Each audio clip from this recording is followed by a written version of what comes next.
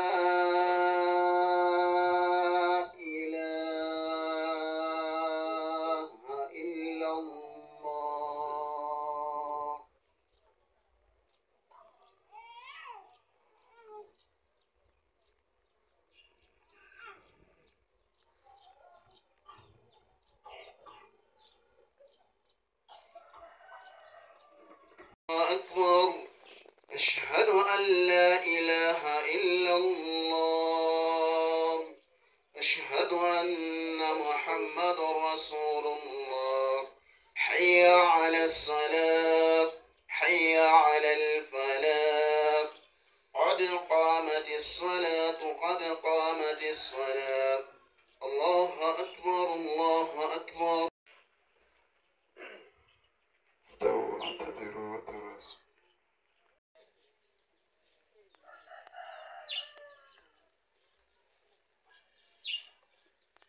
الله أكبر.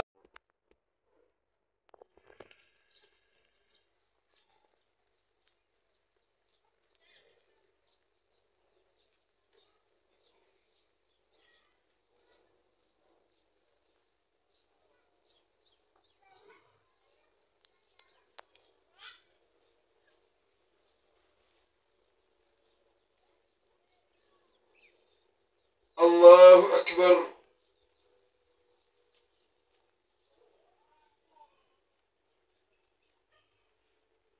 سمع الله لمن حمده.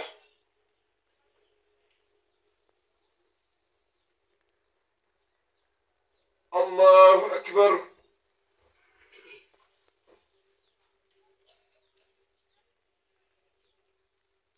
الله أكبر.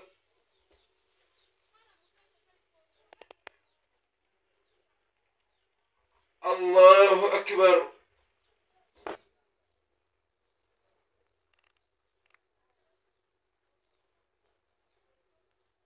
الله أكبر.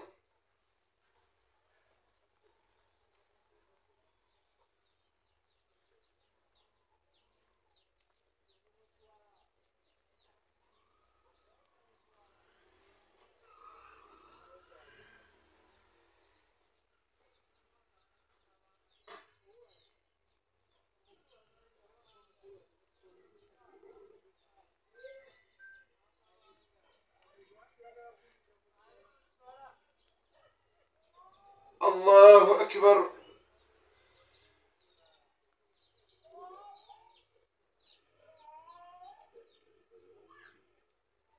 سمع الله لمن حمده.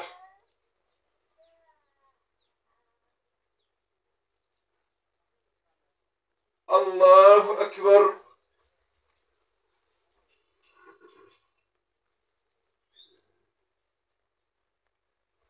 الله أكبر.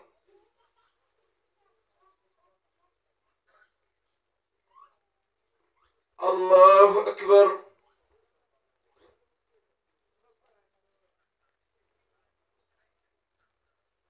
الله أكبر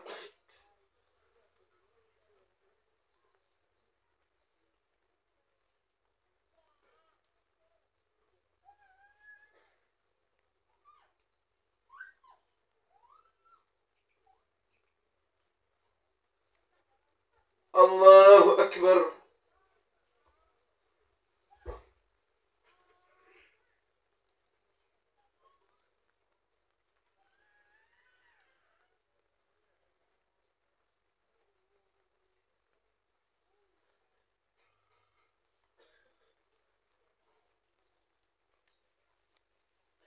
الله أكبر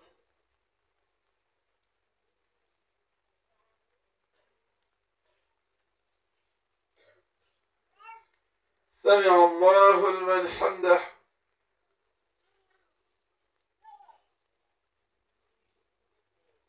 الله أكبر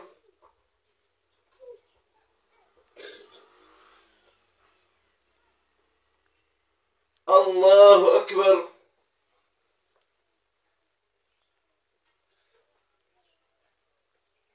الله أكبر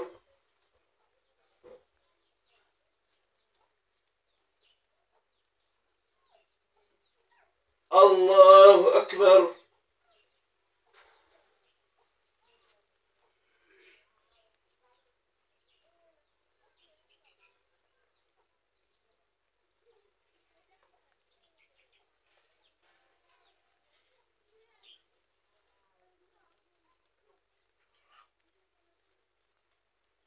الله أكبر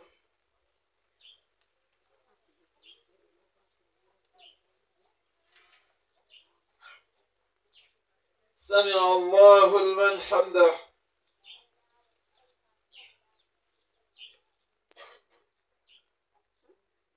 الله أكبر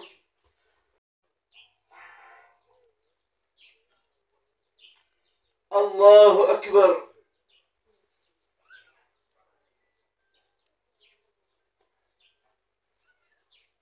الله أكبر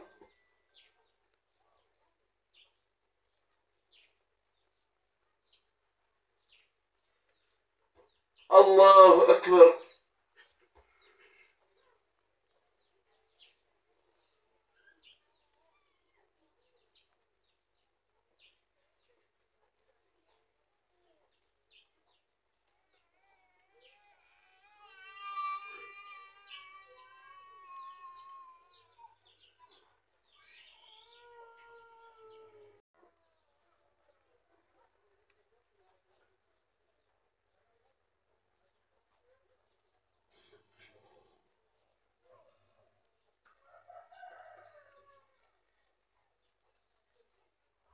السلام عليكم ورحمة الله.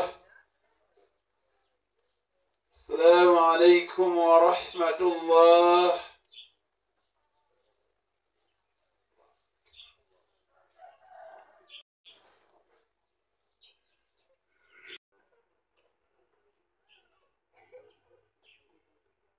أراد بكم نفعا بل كان الله بما تعملون خبيرا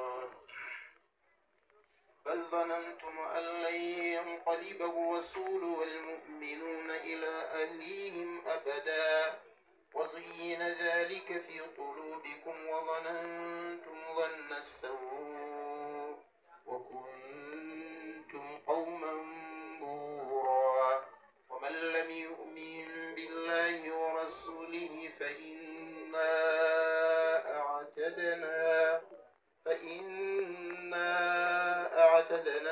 للكافرين سعيرا ولله ملك السماوات والأرض يغفر لمن يشاء ويعذب من يشاء وكان الله غفورا رحيما سيقول المخلفون إذا انطلقتم إلى مغانم لتأخذوها ذرونا نتبعكم يريدون أن يبدلوا كلام الله قل لن تتبعونا كذلكم قال الله من قبل فسيقولون بل تحسدوننا بل كانوا لا يفقهون إلا قليلا. للمخلفين من الأعراب ستدعون إلى قوم أولي بأس شديد تقاتلونهم أو يسلمون فإن تطيعوا يؤتكم الله أجرا حسنا وإن تتولوا كما توليتم من قبل يعذبكم عذابا أليما. ليس على الأعمى حرج ولا على الأعرج حرج ولا على المريض حرج ومن يطع الله ورسوله يدخله جنات تجري من تحتها الأنهار ومن يتولى يعذبه عذابا أليما. لقد رضي الله عن المؤمنين إذ يبايعونك تحت الشجرة وعلم ما في قلوبهم فأنزل السكينة عليهم وأثابهم فتحا قريبا ومغانم كثيرة يأخذونها وكان الله عزيزا حكيما. وعدكم الله مغانم كثيرة تأخذونها فعجل لكم هذه وكف أيدي الناس عنكم ولتكون ويهديكم صراطا وأخرى لم تقدروا عليها قد أحاط الله بها وكان الله على كل شيء قديرا. ولو قاتلكم الذين كفروا لولوا الأدبار ثم لا يجدون وليا ولا نصيرا. سنة الله التي قد خلت من قبل ولن تجد لسنة الله تبديلا. وهو الذي كف أيديهم عنكم وأيديكم عنهم ببطن مكة من بعد أن أظفركم عليهم وكان رجال مؤمنون ونساء مؤمنات لم تعلموهم أن تطعوهم فتصيبكم منهم معرة بغير علم ليدخل الله في رحمته من يشاء. لو تزيلوا لعذبنا الذين كفروا منهم عذابا أليما. إذ جعل الذين كفروا في قلوبهم الحمية حمية الجاهلية فأنزل الله سكينته على رسوله وعلى المؤمنين وألزمهم كلمة التقوى وكانوا أحق بها وأهلها وكان الله بكل شيء عليما. لقد صدق الله رسوله الرؤيا بالحق لتدخلن المسجد الحرام إن شاء الله آمنين محلقين رؤوسكم ومقصرين لا تخافون فعلم ما لم تعلموا فجعل من دون ذلك فتحا قريبا. هو الذي أرسل رسوله بالهدى ودين الحق ليظهره على الدين كله وكفى بالله شهيدا. محمد رسول الله والذين معه أشداء على الكفار رحماء بينهم تراهم ركعا سجدا بالسجود ذلك مثلهم في التوراة ومثلهم في الإنجيل كزرع أخرج شطأه فآزره فاستغلظ فاستوى على سوقه يعجب الزراع ليغيظ بهم الكفار. وعد الله الذين آمنوا وعملوا الصالحات منهم مغفرة وأجرا عظيما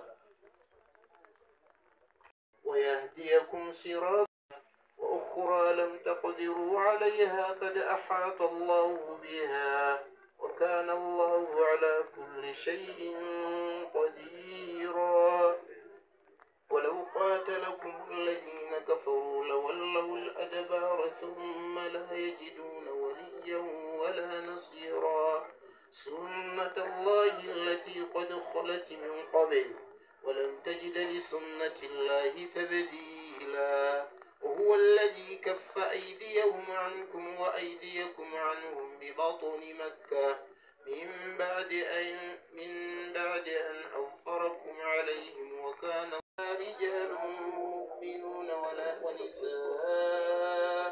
ونساء مؤمنات لم تعلموهم أن تطعوهم فتصيبكم منهم معرة بغير علم ليدخل الله في رحمته من يشاء لو تزيلوا لعذبنا الذين كفروا منهم عذابا أليما إذ جعل الذين كفروا في قلوبهم الحمية حمية الجاهلية فأنزل الله سكينته على رسوله وعلى المؤمنين وألزمهم كلمة التقوى وكانوا أحق بها وأهلها وكان الله بكل شيء عليما لقد صدق الله رسوله الرؤيا بالحق لتدخلن المسجد الحرام إن شاء الله آمنين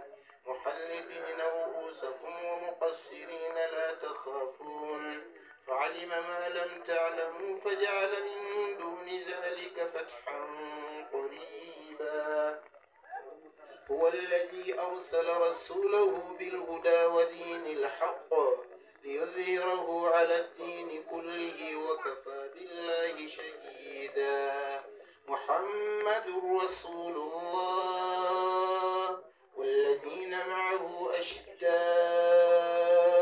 على الكفار رحماء بينهم تراهم ركعا سجدا بالسجود ذلك مثلهم في التوراة ومثلهم في الإنجيل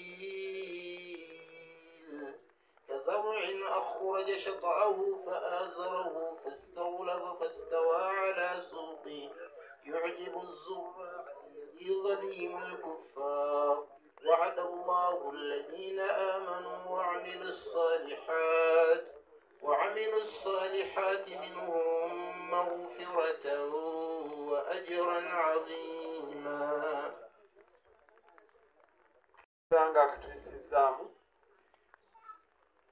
tugenda kubeeranga ebigambo bya wakitiibwa Allah nga bajjukira Allah subhanahu wa ta'ala obanga bamwogerako yali akomekkereza n'agamba nti ala bidhikirillah tatma'inna alqulub tulaba nti okwogera ku wakitiibwa Allah okumujjukira okumwogerako kubeera nga tumutendereza tulaba nti kitebenkeza omutima omuntu n'abeera nga atebenkera bangi bali mu mbeera gyoyinza okulowooza nti bali bulungi naye nga tatebenkedde abamu balowooza okutebenkerako omuntu kubeera na byabugagga bingi so nga ate bangi nga bagagga naye nga tatebenkedde so okutendereza wakitiibwa Allah kyekitebenkeza emitima gy'abanadamu ne bwe kityo yensonga etusoosezza okubeera nga tusoma kitabo ekitukuvu al-Qur'an al-Karim nga tujjamu akanyomero k'okubeera nga twebaza wakitiibwa Allah subhanahu wa ta'ala yategeeza mu ayati ezakulembedde nti inna hadainahu sabila imma shakira wa imma kafura ti nalungamya abantu abaagala okubeera nti baluŋŋama na mu mbeera ya kutegeera byengera Allah byabawadde imma shakira omuntu abeere nga asobola okulaba ekyengera Allah kyamuwadde asobola okubeera nga yeebaza wa imma kafura oba okujeema omuntu asobola okutunuulira Allah kyamuwadde n'agaana okubeera nga akyebaza muganda waffe amanyi Allah byamuyisizaamu bingi era oluvannyuma lw'okutegeera Allah byamuyisizaamu okubeera nga ateekateeka okubeera nga yeebaza wakitiibwa Allah subhanahu wa ta'ala. Kati nabwe kityo nga mu bufu obwo tugoberera abatukulembera bonna baalinga beebaza Allah ku buli byengera Allah bye yabawanga bawuli ku stage Allah gye yamutuusangako. Allah okuwa obulamu mu nkuyanja y'abangi Allah baatawadde bulamu, abalala nga ku nsi kwe bali naye nti tugenda ku mukolo gwa gundi wabula nga embeera esigadde era bakugamba nti bamuleese ng'alina gy'avudde obuuza bumuuza nti agenda kuziikibwawa, gwe Allah n'akujja mu abo nabeera ng'akuwadde obulamu ate era n'akutuusa ne mu kifo kino okubeera nti otuuse okutuuka ku mukolo guno gwa muganda waffe ogw'okubeera nga yeebaza wakitiibwa Allah subhanahu wa ta'ala. Nabwe kityo omuntu yenna atasobola kwebaza wakitiibwa Allah, Nabi Muhammadin sallallahu alaihi wasallama yayogera ku muntu nti omuntu atasobola nakwebaza abantu tasobola kwebaza Allah. Nabwe kityo ono muganda waffe yeebaza Allah ng'amwebaza byengera Allah byamuwadde, mu byengera nga mwe muli obulamu. Batu Allah abamu bakibuusa amaaso n'alowooza nti ebyengera kubeera na bungi bwa ssente, naye Allah okuwa ekyengera ky'obulamu ekyo tekirinaayo obuwa bwe kigulwa. Oli kabeere ne ssente nga zenkana zijja tasobola kubeera nga ekyo ekyengera asobola okukigula, wabula Allah kiwa oyo gwakirekedde okusigala nga akyali mulamu. Nabwe kityo kyengera mu byengera omuntu byali badde alowoozaako agamba alhamdulillah ndi mulamu okuyanja yabaddu Allah baatutte, wendi nkyatunula kubangi Allah bajjeeko amaaso. Ebukyakumanyanga omuntu agamba kale amaaso liiso lyatandikiriza mpola mpola ne bamuzunza mu malwaliro n'akomekkiriza nga amaaso gazibire, ekifu nga talina musango nti asoose kukola zambi, wabula Allah subhanahu wa ta'ala kuva ku nkuyanja y'abaddu Allah bajjeeko okwogera. Ne bakusanza omuntu n'agamba yali kale ng'ayogera bwe yatandikanga okwogera nga toyagala alekeraawo ekituufu nga Allah amugjeeko okwogera. Tulina bangi ab'okulabirako puresha zaamukuba ne butya ku makya nga tasobola kuvaamu ddoboozi wadde lyayinza okubeera nti ayogera, okubeera nti abantu bategeera ebyo byayogera. Ne bwe kityo bwe tuba twebaza omutonzi tuteekeddwa okubeera nga tufumiitiriza ku byengera byatuwadde, nga si bungi bwa ssente naye gwe okulekawo ng'okyali mulamu. Yatubuuza mu Qur'ani ekitiibwa nti wafi anfusikum afala tubsiruun, tosobola kutunula gwe ne weetunulako wekka nga tosoose kulowooza ku bikuliraanye, tosobola kulaba. Allah n'akuteekerateekera sisitimu ekutambuza, Allah n'akuteekerateekera sisitimu ng'osobola okulya emmere n'ekukka mu lubuto ate neetabeerako nekyekukola, nga bangi bagiddwa ku mmere gye baali basinga okwagala, nga buli kika kya mmere bakimugjeeko. Nosanga omuntu nga bamugambye emmere gy'olina okulya ng'ekituufu naawe bagikuteekerawo nga gy'olina okulya, olabira ddala nga bakuwadde ekizibu, naye nga Allah ekyo kyamugeredde kyalimu. Kirya wafi anfusikum, gwe weetunulira gwe wekka, afala tubsiruun, nti weeraba nti oli mu byengera omutonzi byakuwadde ebingi ennyo nga tonnalowooza ku bisigadde biri ku mabbali wali etunuddeko. Kuyanja yabaddu Allah subhanahu wa ta'ala balese nga balamu, kuyanja yabaddu Allah balekedde ebiyungo byabwe nga gwe mwoli, bajjeeko ebiyungo nga batambulira mu bugaali nga nabo weebali, bajjeeko okuwulira nga takyawulira obeera waali, abamu ng'awulira mu katono, omuliraanye n'agamba nze sikuwulira, naye nga ali eri ewala yawulidde eddoboozi eryo ng'agezaako okutegeeza gwe nti sikyasobola kubeera nti mpulira.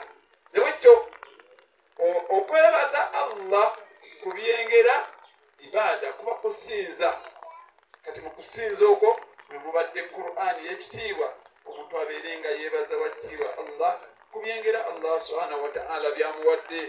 Bingi toyinza kubeera nti obirowoozaako n'obimala.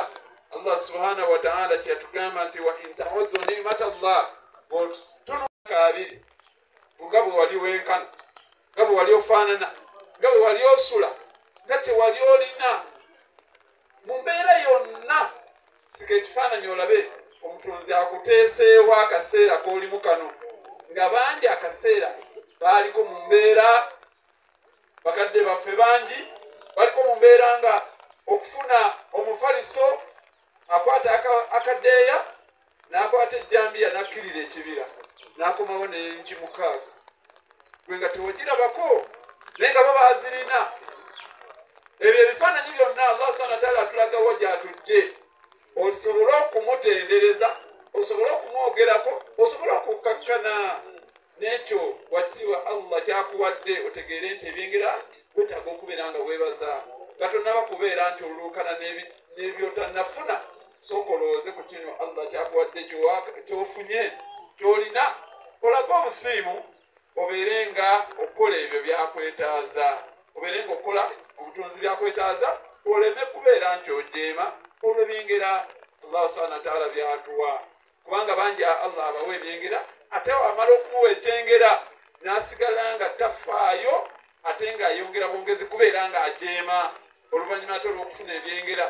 Allah bw'awadde ekyengera ekyokutambuza ng'abadde atambulira ku kagaali n'ava ku kagaali n'akyusa, ate mu kifo ky'okutendereza omutonzi osanga omulala ng'ate akyusizza puroguraamu n'abeera ng'ate ajeemera mujeemere.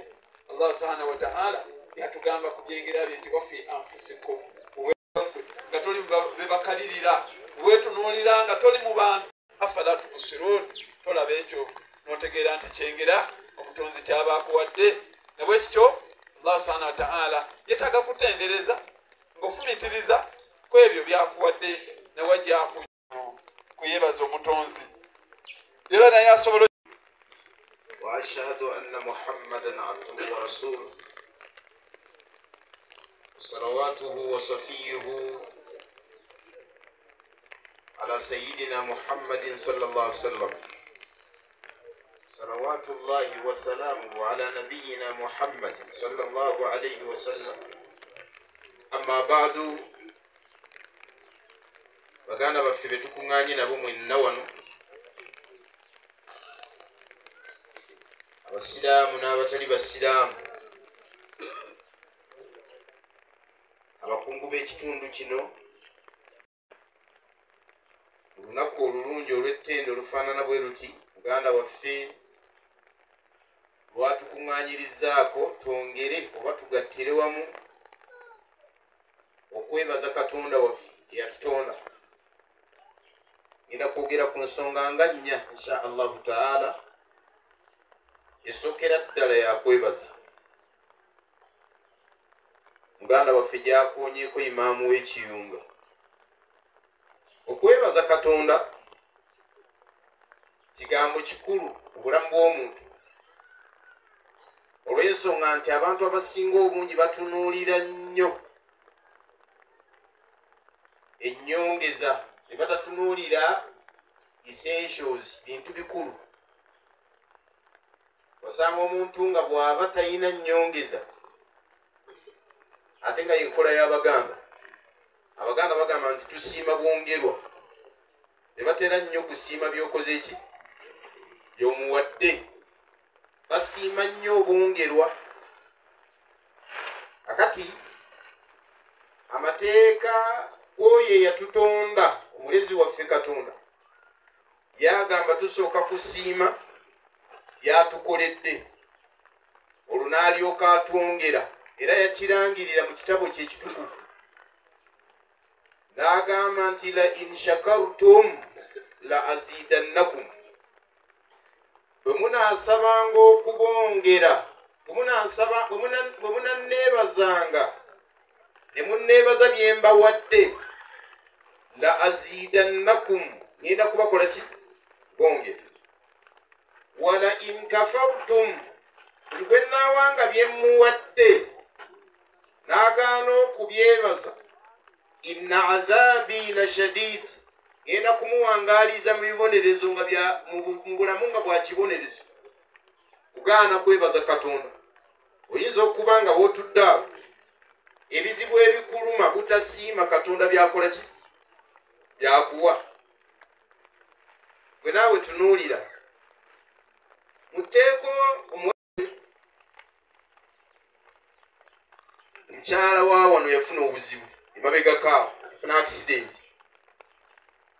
era zezimu ku nsonga lwaki yatuyise twebalizeeko wamu nani naye Katonda waffe yafuna accident n'ayisibwa bubi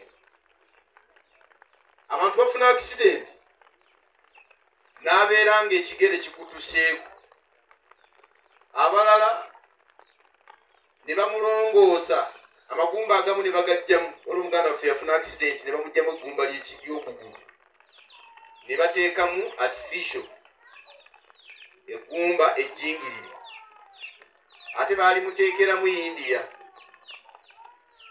kakati waliwo omuntu ng'atambula ebigere bye birungi atambula omutwe gwe tegufunangako lubale lwonna atambula talinaako we yali akoseddwa ekyo Allah kye yakuwa okuwangaalira mu bulamu obwo mwannyinaze ne muganda wange ali wano kyengera gy'oli era tuulangako wansi ogambe Katonda nkwebaza olw'obulamu obulungi bwe nnina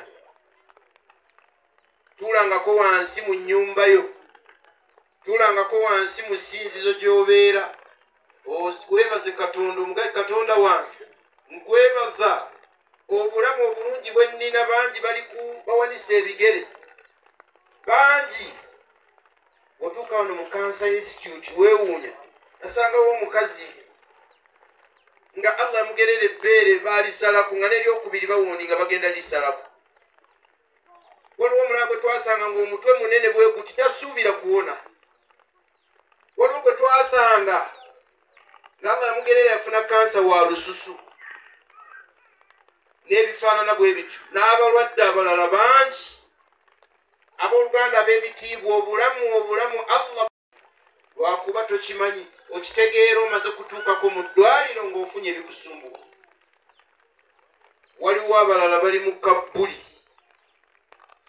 ng'okuddayo sisinkana nabo ng'era naffe tufudde naye ffe Katonda akuwadde ekyengero okyaliwo mu nsi kitegeere nti obulamu bw'omaze nabwo mu nsi muno butono bwabwo Katonda bw'akwongeddeyo ku oli ali mu ttaka olina increment nnene gy'oyongera ku akawunti yo ey'ebirungi abantu abasinga tebakimanyi ensonga lwaki Katonda yagamba nti wa in ta'uddu ni'matallahi bw'otandika okuddaawo obale ebyengera Katonda byakoze eki byakuwadde la tuhsuha abantu basula ku bbala abantu basula ku street